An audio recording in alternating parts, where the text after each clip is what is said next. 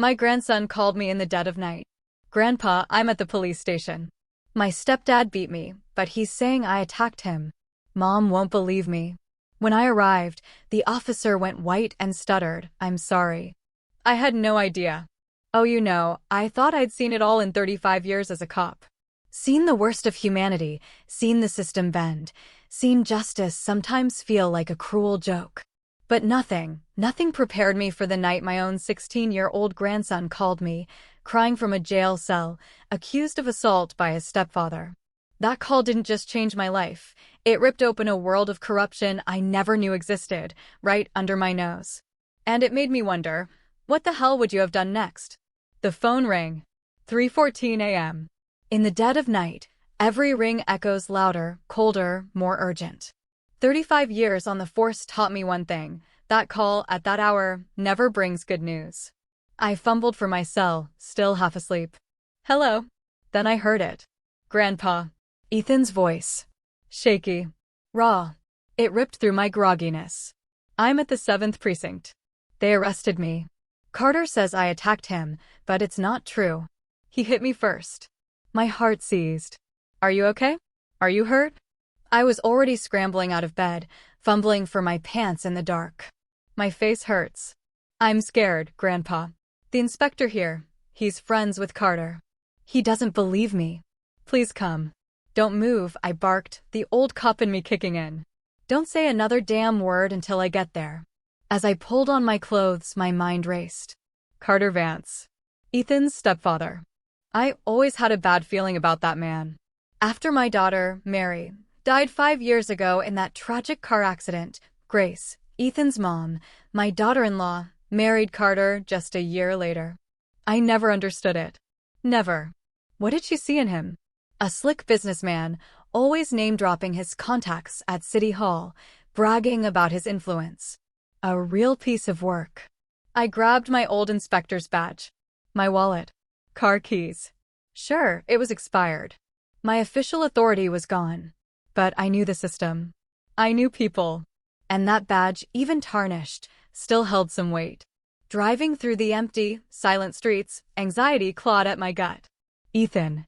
My grandson. Always a good kid. Studious. Quiet. Never ever looked for trouble. If he was in a holding cell, something was deeply, profoundly wrong. I pulled up to the 7th precinct, a building I knew like the back of my hand.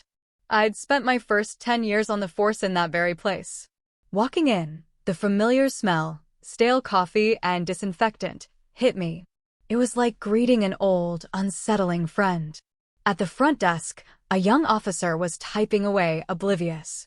Good evening, I said, my voice cutting through the quiet. I'm Ed Anderson, former inspector. My grandson, Ethan Alvarado, is being held. I want to see him. The officer barely looked up, a flick of indifference in her eyes. One moment. She typed some more, then picked up the internal phone. Inspector Camacho, there's a man here claiming to be the grandfather of the kid detained for assault. I tapped my fingers impatiently on the counter. Every second felt like an hour. Then, the inner door opened. Victor Camacho. I recognized him instantly. Heavy-set, maybe 50, with a graying mustache and small, suspicious eyes. We'd worked together years ago. We never got along. He was always too flexible with the rules. Well, Ed Anderson. His voice was deep, almost mocking. Long time no see, partner. I clenched my jaw. I'm not here to socialize, Victor. I want to see my grandson and know exactly what he's accused of. Of course. Come into my office. He gestured down the hall. As I followed, I caught a glimpse of the temporary holding cells. In one of them, I saw Ethan. Head down. Just sitting there. My heart twisted. I started to walk towards him, but Camacho blocked my path. Let you and I talk first, Ed. Things are complicated. Inside his office, Camacho settled behind his desk. I took the chair opposite. My eyes landed on a framed photo. Camacho with other men on what looked like a hunting trip. And there, smiling, rifle in hand, was Carter Vance. My suspicions hardened into a sickening certainty. They were friends. Your grandson assaulted his stepfather tonight, Camacho said, his voice dripping with practiced confidence. Busted his lip, almost broke his nose. Carter's at the hospital getting checked out. He paused, letting that sink in. We have a video from the house security camera that shows the whole thing. The kid just lost his temper. I want to see that video, I demanded. Sure. He turned his monitor towards me and played a file. On the screen, a living room. Carter walks in, talking. Ethan appears, visibly upset. Suddenly, Ethan pushes Carter, who falls backward. The recording ends. Just like that. That's it? I shot back. Where's the rest of the video? This doesn't show anything conclusive. It's what we have, Ed. Carter is pressing charges for assault. And the kid, he added, a smug curl to his lip. He has a history of violent behavior at school. That's a lie. I exploded, standing up, anger boiling. Ethan has never had disciplinary problems. I have reports that say otherwise. Camacho leaned back, daring me. I want to talk to my grandson. Right now. He sighed, as if humoring me. 5 minutes. He led me to Ethan's cell. When Ethan saw me, he stood up. My breath caught. He had a black eye, a cut on his eyebrow, a swollen lip. A mix of searing pain and icy fury shot through me. Grandpa, his voice broke. It's okay, Ethan, I said, my voice rough. I'm going to get you out of here. Camacho unlocked the cell, letting me in. I pulled Ethan into a tight hug, feeling him tremble. What really happened? I asked, my voice low. He pulled back, tears streaming down his face. Carter came home drunk. Again. He started yelling that I stole money from his wallet. When I told him it wasn't true, he punched me. Ethan wiped his nose with the back of his hand. I just defended myself. I pushed him to get him away from me, but he hit the table. Then he called the police, saying I attacked him. Where was your mom? She's out of town for work in Dallas. She gets back tomorrow. His voice dropped even lower. It's not the first time Carter has hit me, Grandpa. But he always threatens me. Says nobody will believe you if you talk. I glanced at Camacho, who was watching us impatiently. I'm going to get you out of here, I promised Ethan, squeezing his shoulder. You are not spending one more night in this cell. I walked out and faced Camacho, my voice tight with rage.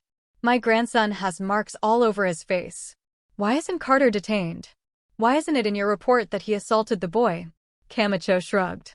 Mr. Vance says the kid got those injuries while resisting the officers during the arrest. That's absurd, and you know it. I pointed at Ethan's bruised face. I demand a doctor examine Ethan right now and document his injuries. It's pretty late for that, Ed. It's never too late to do things right, Victor. Either you call a doctor, or I call the DA on duty to report irregularities in your procedure. Camacho stared at me, weighing my threat. Finally, he sighed, defeated. Fine. I'll call the on-duty medical examiner, but it won't change anything, Ed. The kid is spending the night here, and tomorrow he'll see the judge. We'll see about that. As Camacho walked away to make the call, I pulled out my cell and dialed a number I hadn't used in a long time. After 3 rings, a crisp female voice answered. Lieutenant Roberts, who is this? It's Ed Anderson, former inspector, 7th Precinct. I need your help. Urgently. Lieutenant April Roberts. One of the few people on the force I always trusted. Young, smart, and most importantly, incorruptible. I explained the situation quickly, concisely. I'm on duty tonight, she said without hesitation. I can swing by in 20 minutes to verify the procedure. I appreciate it, April. While I waited, I watched the precinct. A couple of officers looked at me curiously. They probably knew who I was. In my day, I had a reputation for being inflexible, for not taking deals or favors. It earned me respect from some, and enemies from many. The main door opened. Carter Vance walked in. He had a bandage on his nose, his bottom lip swollen. Our eyes met. He stopped, surprised to see me there. Then a slow, sickening smirk spread across his face. He headed straight for Camacho's office. Minutes later, Lieutenant Roberts arrived. Mid-30s, with the steady, piercing gaze of someone who knew her job and tolerated no obstacles. She greeted me with a firm handshake. Inspector Anderson, it's been a while. I'm not an inspector anymore, Lieutenant. You'll always be one to me, sir.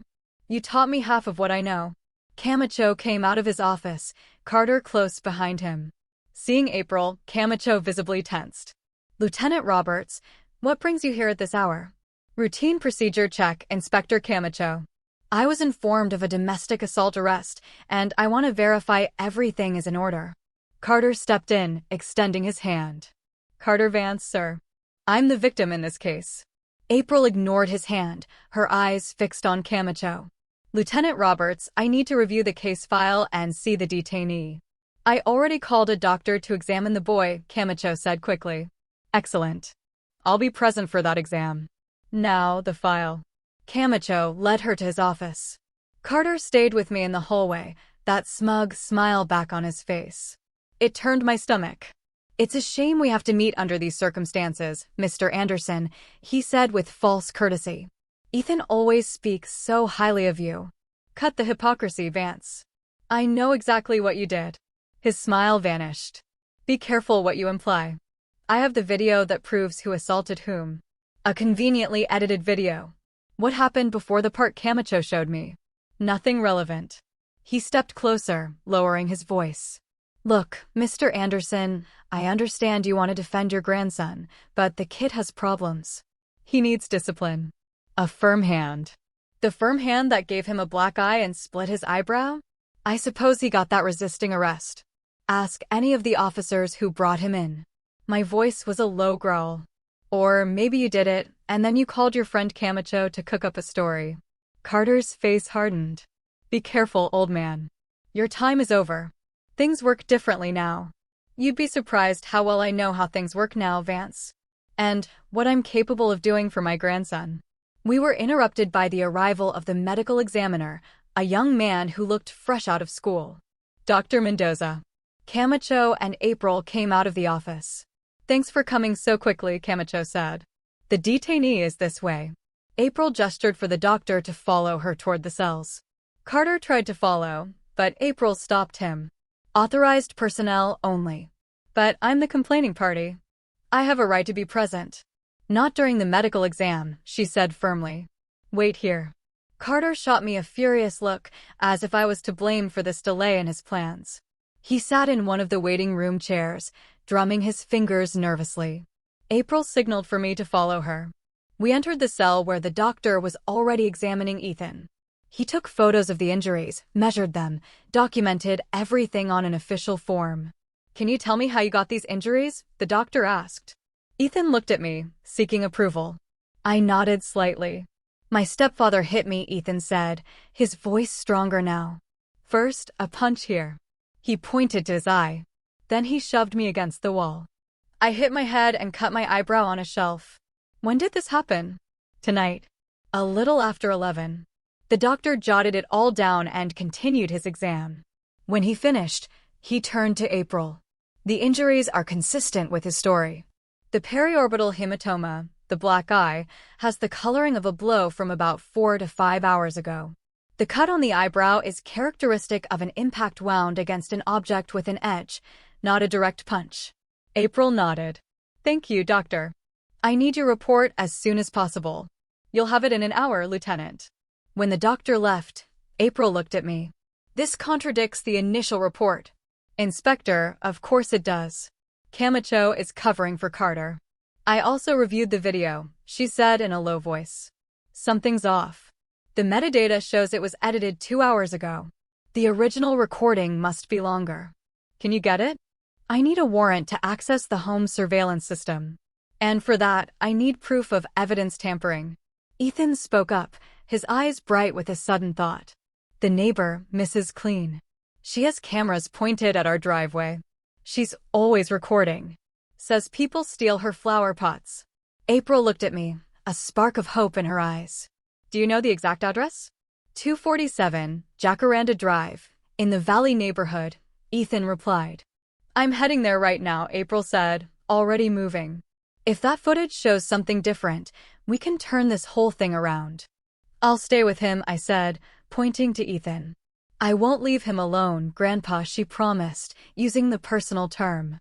This stinks of corruption, and you know, that's what infuriates me the most. When April left, I sat next to Ethan on the cell bench. He was exhausted, scared, but I saw a spark of strength in his eyes that I'd always admired.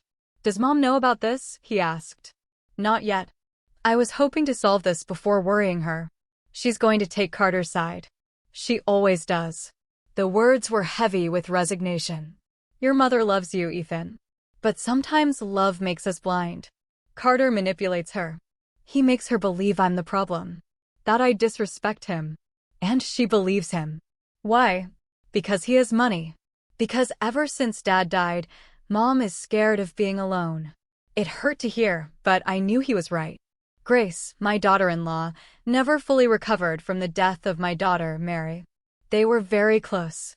Carter appeared at the perfect moment, offering financial and emotional stability. Or so it seemed. "We're going to fix this," I promised Ethan. "And after? You and I are going to have a long talk about everything that's been happening in that house." Time crawled by in the precinct. Camacho appeared occasionally, giving us anxious looks. Carter stayed in the waiting room, talking quietly on his phone. Almost 2 hours later, the main door opened. April walked in, accompanied by a stern-looking older woman. District Attorney Melinda Moss. I recognized her immediately. Her reputation for being incorruptible preceded her. Behind them was a small, elderly woman holding a cell phone. Mrs. Clean, I assumed. Camacho's expression turned to pure panic when he saw the DA. Carter stood up, confused by this unexpected turn. "Inspector Camacho," Melinda Moss said in a firm voice. "Lieutenant Roberts has informed me of possible irregularities in this case. Show me the file and the video immediately." While Camacho, visibly nervous, led the DA to his office, April approached our cell. "We found something," she told me quietly. Mrs. Clean had recordings from 3 days ago showing Carter shoving Ethan against the door. And better yet, she has audio of him threatening him. Hope swelled in my chest. For the first time since I got here, I felt like things might turn out okay. The system is rotten. I know that better than anyone. But there are still people like April and Melinda fighting for justice. "Thank you," I said to April, with all my heart. She smiled slightly. "Don't thank me yet, Inspector. The night is young, and this battle is just beginning." The DA spent over an hour locked in Camacho's office. Through the blinds, I saw tense gestures, documents being pointed at, severe looks. Carter stayed in the waiting room, constantly checking his phone. I watched him try to keep his composure, but his right leg was bouncing nervously, betraying his anxiety. Mrs. Clean, Ethan's neighbor, approached our cell with April. She was a small woman in her 70s, but with the sharp eyes of someone who'd seen a lot. "So, you're the grandpa," she said. "No nonsense. The boy always speaks well of you." "Thank you for coming, ma'am." "Mrs. Clean," she corrected me. "And don't thank me. That man," she gestured discreetly toward Carter, "is a devil in disguise. I've seen him. Know how he changes when he thinks no one is watching." Ethan looked at her with obvious gratitude. Mrs. Clean winked at him. "I brought you a donut, kid, but these cops wouldn't let me give it to you. Said it might have a file in it." She let out a short laugh. The office door finally opened. The DA came out first, her face grim. Camacho followed, visibly uncomfortable. The DA approached our cell. "Mr. Anderson, I'm District Attorney Melinda Moss." Her voice was firm but not hostile. "We've reviewed the case, and I found significant irregularities in the procedure." Carter stood up, walking over quickly. "DA Moss, a pleasure to meet you." "Carter Vance. I trust you'll see justice done in this unfortunate incident." The DA barely looked at him. "Mr. Vance, I suggest you contact a lawyer immediately." "A lawyer? But I'm the victim here." "That is yet to be determined," she replied dryly. "Lieutenant Roberts, release Mr. Alvarado." His detention did not follow established protocols. April didn't hide her satisfaction as she opened the cell. Ethan looked at me, disbelieving. "I can go." "Yes," the DA confirmed, "but I need both you and your grandfather to remain available for further statements." Carter stepped forward, visibly upset. "This is unacceptable. You're just letting my attacker go. What kind of justice is this?" "Mr. Vance," the DA's voice took on a sharp edge. "The recordings we've reviewed show a very different version of events. Tampering with evidence is a federal crime. If you wish to avoid more serious charges, I suggest you moderate your tone and cooperate fully with the investigation. Carter turned pale. He looked at Camacho, who avoided his gaze, understanding that the ship was sinking. Inspector Camacho, the DA continued. You are temporarily relieved of your duties until the internal investigation is complete. Surrender your badge and weapon to the officer on duty. Camacho's face twisted in a mix of disbelief and contained rage. This is a mistake, DA. My procedures were standard. Your procedures included accepting tampered evidence and omitting crucial information from the initial report. The medical evaluation of Mr. Alvarado directly contradicts your statement of facts. The DA didn't raise her voice, but every word landed like a hammer. Lieutenant Roberts is in charge of this precinct until further notice. We left the precinct just as the sky began to lighten. The cool morning air was refreshing after hours in that oppressive environment. Ethan walked beside me in silence, visibly exhausted but relieved. Where are we going, Grandpa? To my house. You can't go back to yours. Not right now. In the car, I noticed Ethan slowly relaxing. The silence between us was comfortable, but I knew we had a lot to talk about. This isn't over, is it? He finally asked. No, Ethan. It's just beginning. At my house, I made coffee while Ethan took a quick shower. I lent him some old clothes from when my son, Daniel, Ethan's father, lived with me. They were a bit big, but they'd do. Sitting in the kitchen with steaming mugs in front of us, we finally had that pending conversation. How long has this been going on, Ethan? My grandson stared into the dark liquid. Soon after he married Mom. At first, it was just yelling, small humiliations. He said I was lazy, that I didn't help around the house, that I spent too much. Did your mother know? It always happened when she wasn't there. And when I told her, Carter denied everything. He said I was exaggerating or just making things up to separate them. Ethan swallowed hard. After a while, Mom stopped believing me. When did it turn from words to fists? About 6 months ago. He came home drunk, furious, because he'd lost money on an investment. He said I was bad luck. That since I came into his life, everything was going wrong. Ethan's voice broke slightly. He slapped me so hard I fell to the floor. Then he cried, apologized, gave me money so I wouldn't say anything. I felt the anger rising, hot and swift, but I forced myself to stay calm. Why didn't you call me then? I thought I could handle it. And I was afraid that if I reported him, Mom would suffer. She seemed happy for the first time since Dad died. The phone interrupted our conversation. It was Grace, Ethan's mother. Dad? Carter just called me completely hysterical. He says Ethan attacked him and that you interfered to get him out of the precinct. What is going on? I explained the situation as calmly as possible, but Grace was skeptical. I know Carter, Dad. He's not the monster you're describing. You haven't seen your son. He has a black eye and his eyebrow is split open. Are you going to say he did that to himself, too? The silence on the other end of the line told me everything. Part of her suspected, but she chose not to see. I'm on my way, she finally said, her voice tight. I want to talk to Ethan. After I hung up, I met my grandson's questioning gaze. Mom's coming. Yes, but you don't need to worry. I won't let her take you back to that house. While we waited, Ethan finally fell asleep on the sofa, utterly exhausted.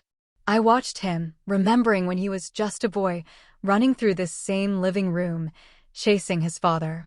Daniel, my son, died when Ethan was just 8. A highway accident as absurd and sudden as these tragedies usually are. Grace was shattered, and Ethan grew up without that much-needed father figure. The doorbell rang just after noon. Grace was pale, with dark circles under her eyes.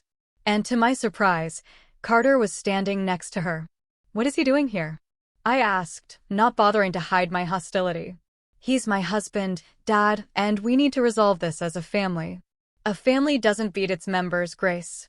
Carter stepped in, putting on his best concerned man face. Mr. Anderson, I understand your concern. There was a misunderstanding last night. Things got out of control, but I assure you, I would never intentionally hurt Ethan. Save the act, Vance. The DA has evidence of your previous assaults.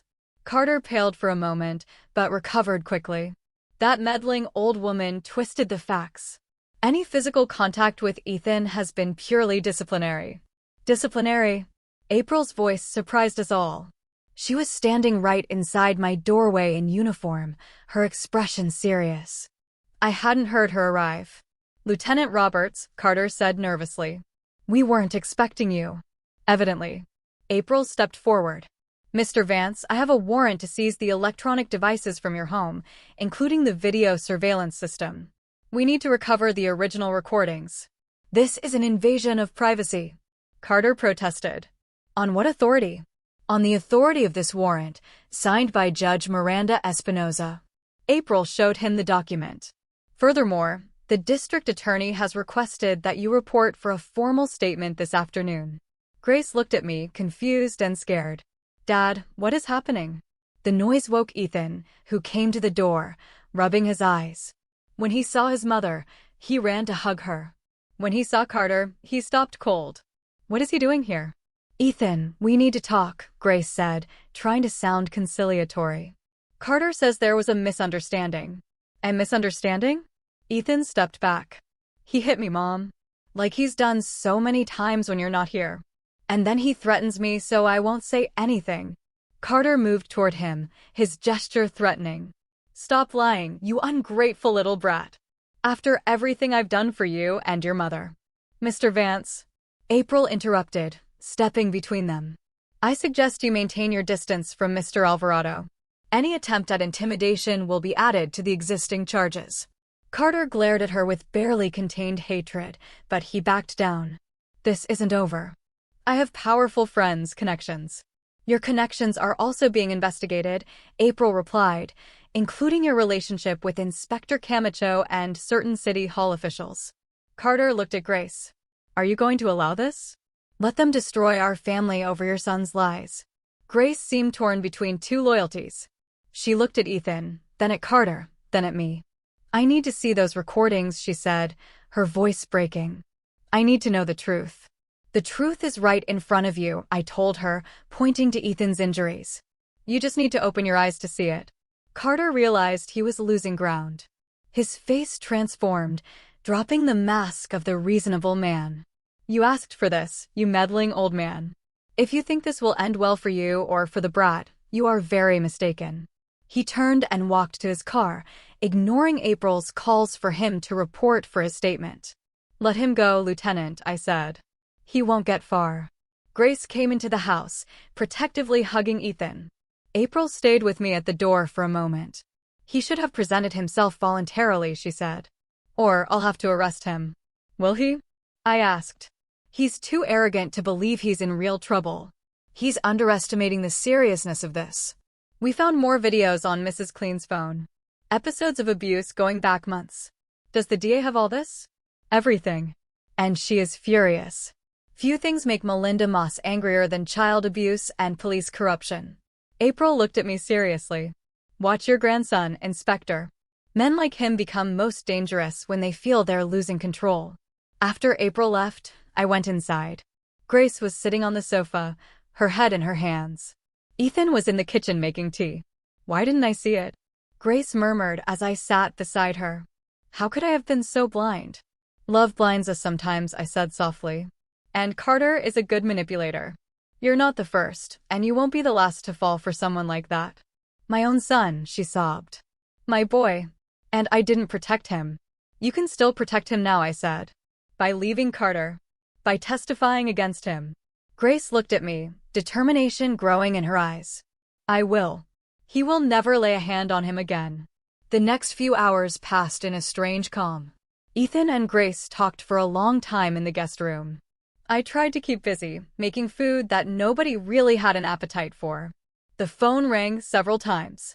The DA, Lieutenant Roberts, even a couple of reporters who somehow got wind of the case. I told them all the same thing, we'll talk after we rest. At nightfall, after Ethan had finally fallen asleep, Grace sat with me on the porch. I never imagined it would end like this, she said, looking at the stars. When I met Carter, he seemed so perfect, attentive, loving, stable. Manipulators always seem perfect at first. There were signs, she admitted. Controlling comments, unexplainable jealousy, little lies, but I convinced myself they were unimportant. What will you do now? Divorce him, obviously. Testify against him. Try to repair my relationship with Ethan. She sighed deeply. It will be a long process. I'll be here to support you both, I assured her. My phone vibrated. A text from April. Carter never showed up for his statement. We've issued a warrant for his arrest. A chill ran down my spine. A man like Carter, cornered, is dangerous. What's wrong? Grace asked, noticing my expression. Nothing important, I lied, not wanting to worry her more. You should get some rest. That night, I slept fitfully, waking at every noise. At 5 a.m, the phone rang. It was April again. Inspector, we found Carter's car abandoned near the airport, but there's no record of him getting on a flight. We think he might be using fake documents or someone is helping him hide. Have you checked his bank accounts? They've been frozen since last night. And we have surveillance on all his known properties. Watch Camacho, too. If anyone knows where Carter is hiding, it's him. Camacho is under constant surveillance. I hung up and stared out the window. The dawn light began to illuminate the empty street. Everything seemed quiet, but I couldn't shake the feeling that this calm was just the prelude to something worse. 2 days passed with no news of Carter. Ethan started to relax, even smiling occasionally. Grace filed for divorce and lodged a formal complaint for domestic violence. The DA informed me that the investigation had widened. Apparently, Carter was involved in shady deals with several municipal officials, including bribery and influence peddling. On the morning of the third day, Grace decided to go back to her house briefly to pick up some belongings. I insisted on going with her, but she refused. The police have had the house under surveillance all night, she said. Carter isn't there. Besides, I'll go with an officer. I'll be fine. Something inside me said it was a bad idea, but I didn't want to seem overprotective. Grace already felt guilty enough. Call me when you get there, and before you leave, I told her. I promise. Ethan and I stayed home, playing chess to distract ourselves. He was good at the game, calculating and patient. He reminded me of his father. The phone rang and I answered, expecting to hear Grace. Instead, it was Carter. Listen to me carefully, old man. His voice was agitated, frantic. Your daughter-in-law is with me. If you want to see her again, bring Ethan to the abandoned warehouse at 54 Industrial Avenue. 1 hour. Just you two. If I see a single cop, Grace will pay. Carter. Don't be a fool. 1 hour, he shouted and hung up. I looked at Ethan, who had grasped the gravity of the situation from my expression. I couldn't tell him the truth, but I couldn't lie either. What's wrong, Grandpa? Is it Mom? Your mother is fine, I said, trying to sound convincing. But I need you to stay here while I go take care of something important. It's Carter, isn't it? Ethan's intuition surprised me. What has he done? At that moment, my phone rang again. It was April. Inspector, we have a situation. Grace never made it to her house. The officer who was supposed to escort her was found unconscious in his patrol car. Carter has her, I said directly. He just called me. He wants me to bring Ethan to a warehouse on Industrial Avenue in 1 hour or he'll hurt Grace. Don't go alone, Inspector. It's a trap. I know, but I can't risk my daughter-in-law's life. Get me the exact address. I'll send undercover units. I gave her the details and hung up. Ethan stared at me. I'm going with you, he said firmly. No way.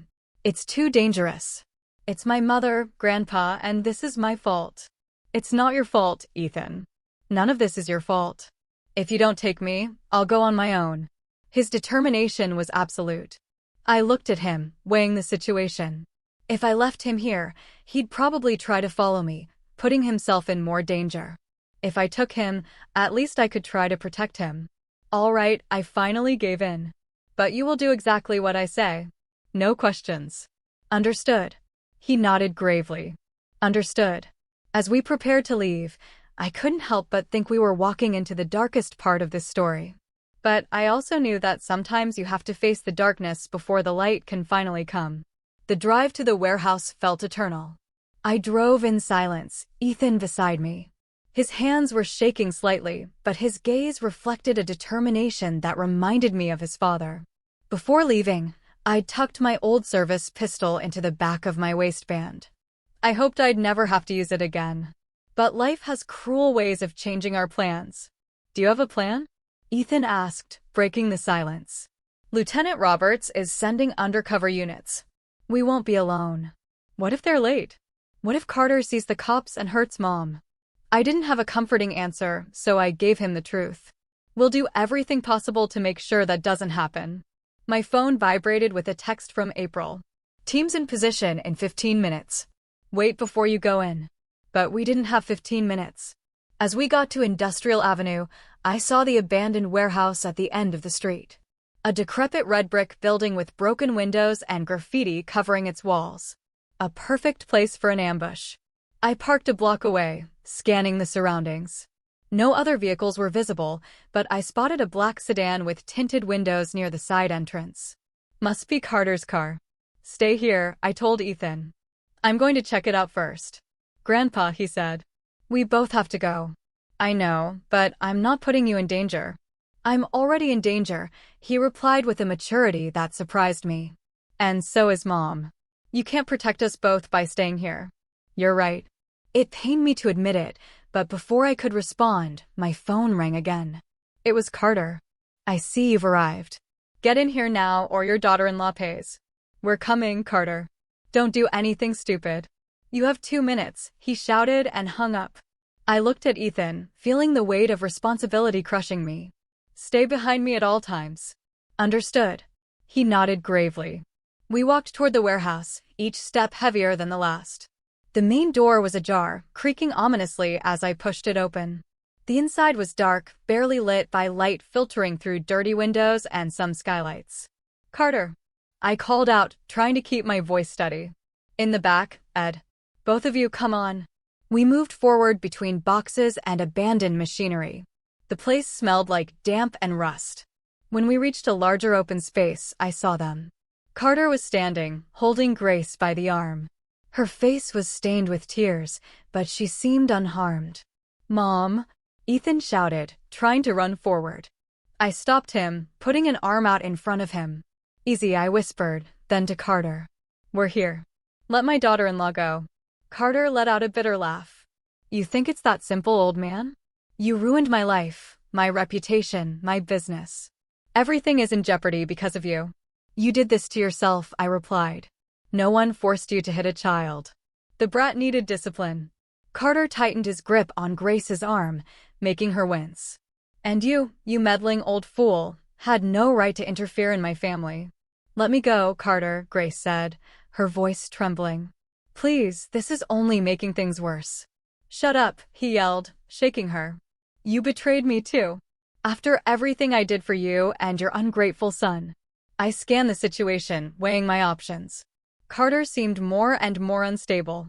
His eyes had the feverish glint of a cornered animal. I didn't see a weapon, but that didn't mean he didn't have one. What do you want, Carter? I asked, trying to buy time. I needed April's units to arrive. I want my life back, he answered, his voice cracking slightly. I want all the charges dropped. I want the DA to stop the investigation into my business. And I want this brat, he pointed at Ethan, to take back all his lies. They're not lies, Ethan said with surprising calm. And you're right about one thing. You ruined your own life.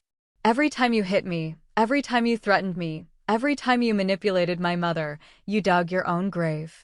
Carter let go of Grace and lunged toward Ethan. It was the moment I was waiting for. I moved quickly, putting myself between them. Don't you dare touch him. Or what, old man? What are you going to do? Carter shoved me, underestimating my strength. I didn't budge. Get away from my family. I warned him, feeling the pistol press against my lower back. Carter smiled, a smile that didn't reach his eyes. Your family? How touching. The old cop protecting his own. He turned as if to walk away, but suddenly spun and threw a punch that I barely managed to dodge. The sudden movement made me stumble back, giving Carter time to pull something from his waistband. A revolver. He pointed it directly at me. Now we're going to talk seriously, he said with a chilling calm. You and I know how this works, Ed. Men like us understand the language of power. Put the gun down, Carter. The police are on their way. Of course they are. I was expecting them. He smiled again. But by the time they get here, we'll have already settled our business. Grace took advantage of the distraction to move to Ethan, hugging him protectively. Carter looked at them with contempt. Look at the happy family. How sweet. Carter, I tried to reason with him. You can still get out of this. Put the gun down. Surrender. Cooperate with the DA. Maybe they'll make a deal. A deal? He laughed. No, Ed. Men like me don't make deals. We either win or... He left the sentence hanging, but his look said it all. I heard a faint noise behind me. Someone had entered the warehouse. I kept my expression neutral, not wanting to alert Carter. Why don't we let Grace and Ethan leave? I proposed. This is between you and me. No, Carter replied, waving the gun. They're part of this. They're my insurance. The noise became more obvious. Carter tensed, looking into the shadows behind me. Who's there? He yelled. Show yourself or I shoot. I took advantage of his momentary distraction to move closer to Grace and Ethan, positioning myself in front of them. If Carter shot, he'd have to go through me first. Police. April's voice echoed in the warehouse. Drop the weapon, Mr. Vance. Carter seemed surprised but not scared. Lieutenant Roberts, how predictable. Did you come alone or bring backup? You're surrounded, Vance. There's no way out. There are always ways out, Lieutenant. Carter adjusted his stance, steadying his grip on the revolver. You just need the right incentive. He suddenly pointed the gun at Ethan. Either you let me walk out of here, or the kid pays for everything. It all happened in an instant. Without thinking, I lunged at Carter just as he pulled the trigger. The shot echoed through the warehouse, deafening. I felt a sharp pain in my shoulder, but I managed to tackle Carter, bringing him to the ground. The gun fell from his hand, skittering across the concrete floor. April emerged from the shadows, running toward us. Grace screamed, holding Ethan, who seemed unharmed. Carter and I struggled on the floor. Despite my age, the adrenaline gave me the strength to keep him pinned until April arrived and cuffed him. Are you okay, Inspector? April asked, noticing the blood on my shirt. It's just a scratch, I lied, feeling the pain intensify. Take care of him. More officers flooded into the warehouse, securing the place. One of them came to me with a first aid kit while Carter was pulled to his feet and led away, screaming threats and insults. This isn't over, he yelled. I have powerful friends. I'll get revenge on all of you. Grace and Ethan rushed over, worried about my wound. Grandpa, you're bleeding a lot, Ethan said, his eyes full of tears. I've had worse. I tried to reassure him, though the pain was considerable. An ambulance is on the way, April informed me. Hang on, Inspector. As the paramedic put pressure on the wound, I looked at my family. Despite the terror they'd just gone through, I saw relief on their faces. Carter couldn't hurt them anymore. In the ambulance, with Grace and Ethan by my side, I felt a strange sense of peace. The wound hurt, but it was a reminder that I was alive, that we all survived this nightmare. Thank you, Dad, Grace whispered, squeezing my hand. For saving us. I always will, I replied, feeling the sedative they gave me start to kick in. I'll always be there for you. The days in the hospital passed slowly. The bullet grazed the bone in my shoulder, but did no serious damage. The doctors said I'd have full mobility after a few weeks of therapy. April visited me regularly, keeping me updated on the case. Carter was facing multiple charges: kidnapping, aggravated assault, child abuse, attempted homicide, obstruction of justice. The list was long. Camacho had also been formally charged with cover-up and evidence tampering. DA Moss had widened the investigation, uncovering a corruption network involving several city officials. One afternoon, while Ethan was helping me with the hospital food, I noticed he was unusually thoughtful. What's on your mind, son? I was thinking about everything that happened. About how one man can cause so much harm. Some men confuse power with the right to abuse others, I told him. It's a hard lesson, but an important one. I think I want to study law, he said suddenly. I want to help people like us. People facing injustice. I smiled, feeling an immense sense of pride. You'll be an excellent lawyer, Ethan. It's all thanks to you, Grandpa. His eyes got misty. If I hadn't had the courage to call you that night. But you did, I interrupted. And that shows the kind of man you are. The door opened and the DA walked in. It was the first time I'd seen her since that night at the precinct. She looked tired but satisfied. Inspector Anderson, I'm glad to see you recovering. DA Moss. What a surprise. I came to inform you personally. The judge has denied bail for Carter Vance. He will remain in custody until the trial.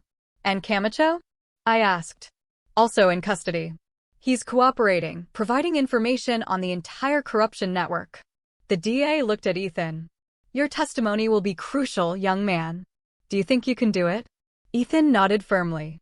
I'm ready. Good. Because what you've been through, unfortunately, is not an isolated case. The DA sat on the edge of my bed. We're implementing a new protocol in the Justice Department precisely to prevent the manipulation of digital evidence in domestic violence cases. A new protocol? I asked, intrigued. Yes. She actually smiled slightly. We're calling it the Anderson Protocol, in honor of you and your grandson. The news left me speechless. Ethan looked at me with shining eyes. Did you hear that, Grandpa? Your name is going to be part of the justice system. Our name? I corrected him. This victory belongs to both of us. The DA got up to leave. We'll need you both at the courthouse next week. Lieutenant Roberts will come pick you up. We'll be there, Ethan promised. When the DA left, Grace came in with coffee and pastries from the hospital cafeteria. She'd gotten some color back in her cheeks, though she still looked exhausted. Good news? She asked, noticing our expressions. The best, Ethan replied and told her about the Anderson Protocol. Grace looked at me with a mix of gratitude and regret. Dad, I can never thank you enough. If you hadn't been there for us. But I said simply. And I always will be. That night, after Grace and Ethan had left, I was alone in the hospital room, reflecting. I thought about the terror of that late-night call, the frustration with Camacho, the pain of the gunshot. But I also thought about my grandson's courage, April's tenacity, and DA Moss's integrity. The system isn't perfect. It's full of Camachos and Carters, people who abuse their power. But there are also those who fight for justice, who refuse to look the other way. My phone vibrated on the nightstand. A text from April. Case officially closed. The trial will be quick with all the evidence we have. Get some rest, Inspector. You've earned it. I smiled in the dim light of the room. Maybe my career as a cop ended years ago, but I never stopped fighting for what's right. And now that fight had taken on new meaning through Ethan. I closed my eyes, feeling a true sense of peace for the first time in days. The pain in my shoulder was a small price to pay for my family's safety. And knowing our experience will help protect others? That fills me with a quiet pride. Tomorrow I'd be discharged. Tomorrow the real healing begins.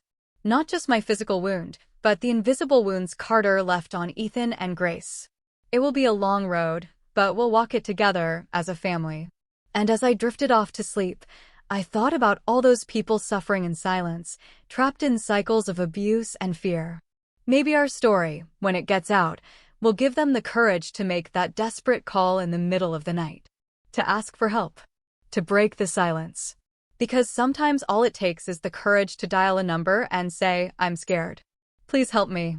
The courthouse hallways were crowded, but I walked with determination, leaning on a cane the doctors insisted I use for at least another month. The wound in my shoulder had healed well, though it still ached when the weather changed. Ethan walked beside me, tall and calm. In these past few weeks, he'd matured so much that I sometimes hardly recognized the scared teenager who called me that night. Today was sentencing day.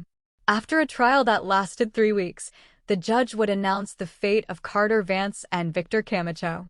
The evidence presented by the prosecution was overwhelming. The recovered videos, Mrs. Clean's recordings, Ethan's brave testimony, and the medical reports documenting the pattern of abuse. Nervous? I asked my grandson as we waited outside the courtroom. A little, he admitted. Do you think he'll really pay for what he did? DA Moss did an exceptional job, and your testimony was flawless, Ethan. Firm, clear, without contradictions. Grace joined us, wearing a formal suit. She'd changed in these weeks, slowly getting back the strength she lost during her marriage to Carter. The divorce was moving forward, and she'd started therapy to work through the guilt that still haunted her. The courtroom is packed, she informed us.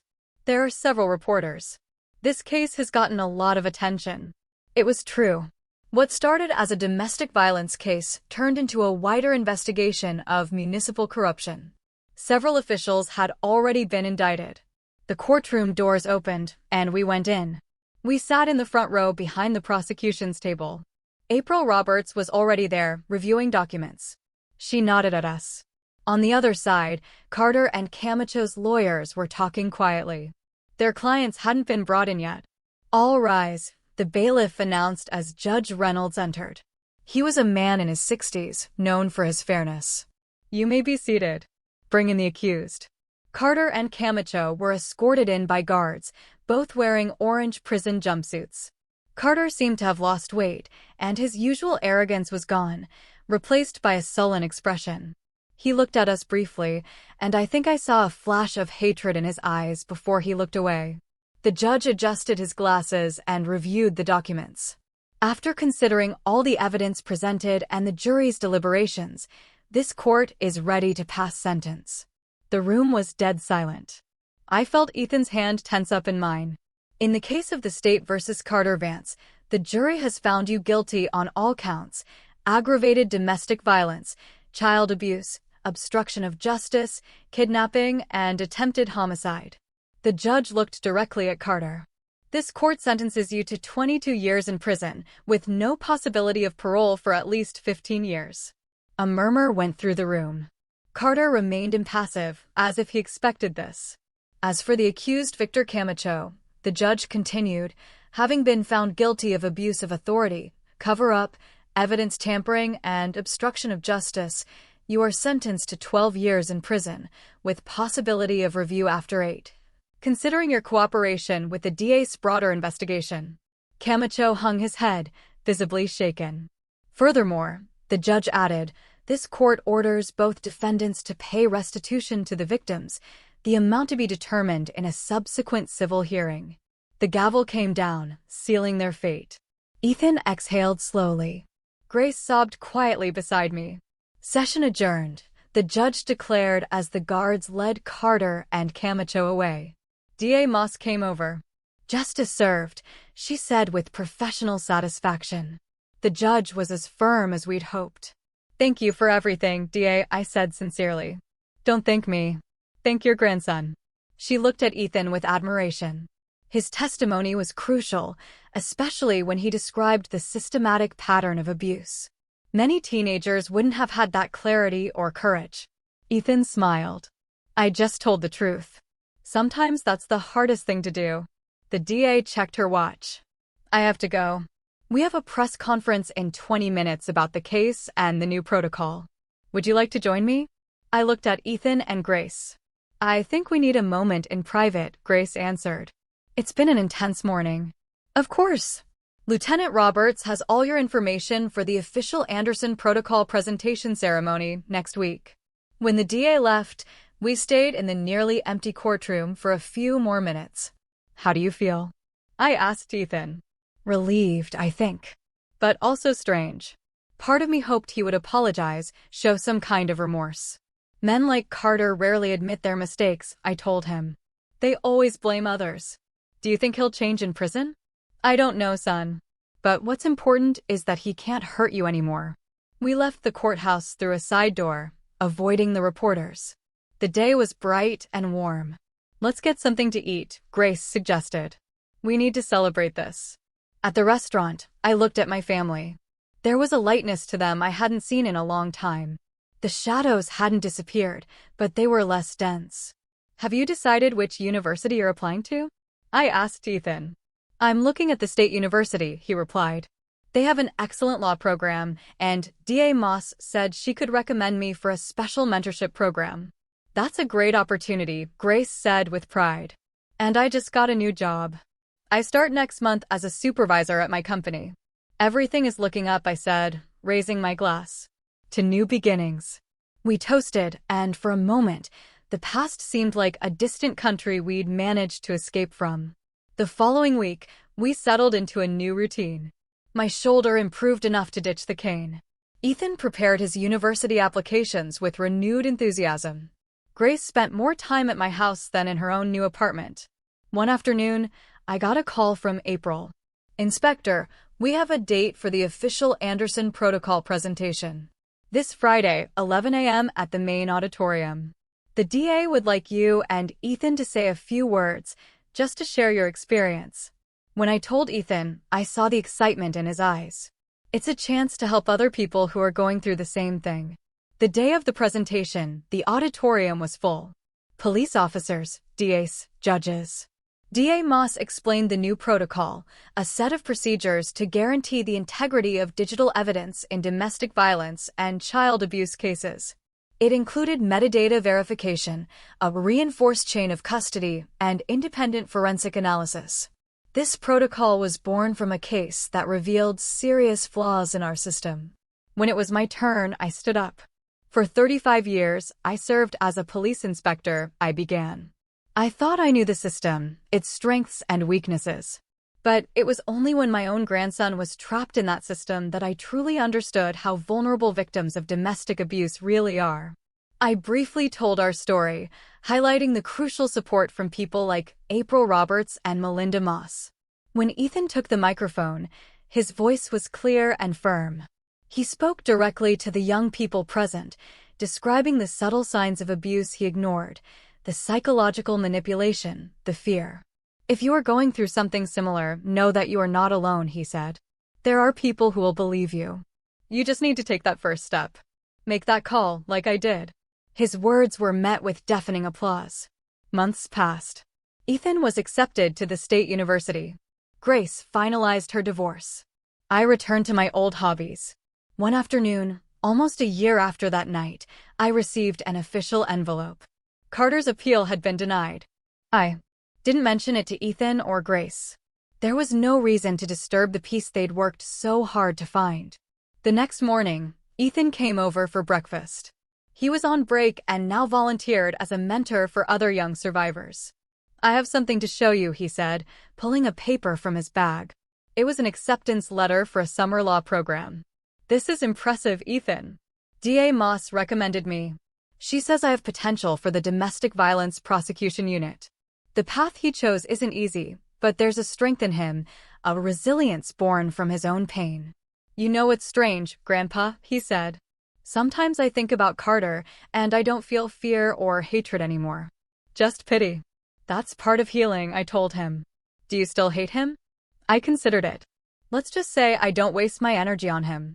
I prefer to focus it on you, on our family, on the good things that came from this. And it's true. The Anderson Protocol was being adopted in other states. Ethan had found his calling. Grace had reclaimed her life. That weekend, we had a small celebration at my house. Grace brought food. Ethan brought friends from his support group. Mrs. Clean even came, bringing donuts. As I watched this new, expanded family, April came up to me.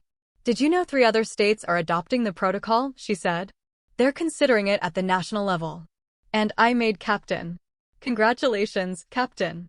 Well deserved. Thanks, Inspector. I owe part of it to you and Ethan. As the party continued, I stepped onto the porch. The sky was turning orange. I thought about the contrasts.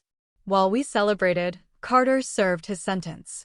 While Ethan built a future, Camacho's career was destroyed. I don't feel satisfaction, just the certainty that justice, though imperfect and slow, finally arrived. Ethan came out to find me. Everything okay, Grandpa? You're missing dessert. Just thinking, I said, putting my arm around his shoulders. About how proud I am of you. Of the man you've become. Thanks to you, he replied, resting his head on my good shoulder. If I hadn't made that call. But you did. And that changed everything. We went back inside together. Grace greeted us with a smile, a lightness in her face that reminded me of the young woman I knew before life hit her so hard. As we ate dessert, I thought about all those phones ringing in the dead of night, about the trembling voices asking for help. The story that began with a desperate call didn't end with a fairy tale. Real life rarely offers those. But it gave us something just as valuable, the chance to turn pain into purpose, fear into determination, and a traumatic experience into a legacy that will protect many others. And maybe, in the end, that's the most important victory of all. So, I've shared my story, my personal war against corruption. Have you ever faced a moment where you had to stand up for what's right, even when the odds felt stacked against you? Tell me what you think in the comments below. I really want to know.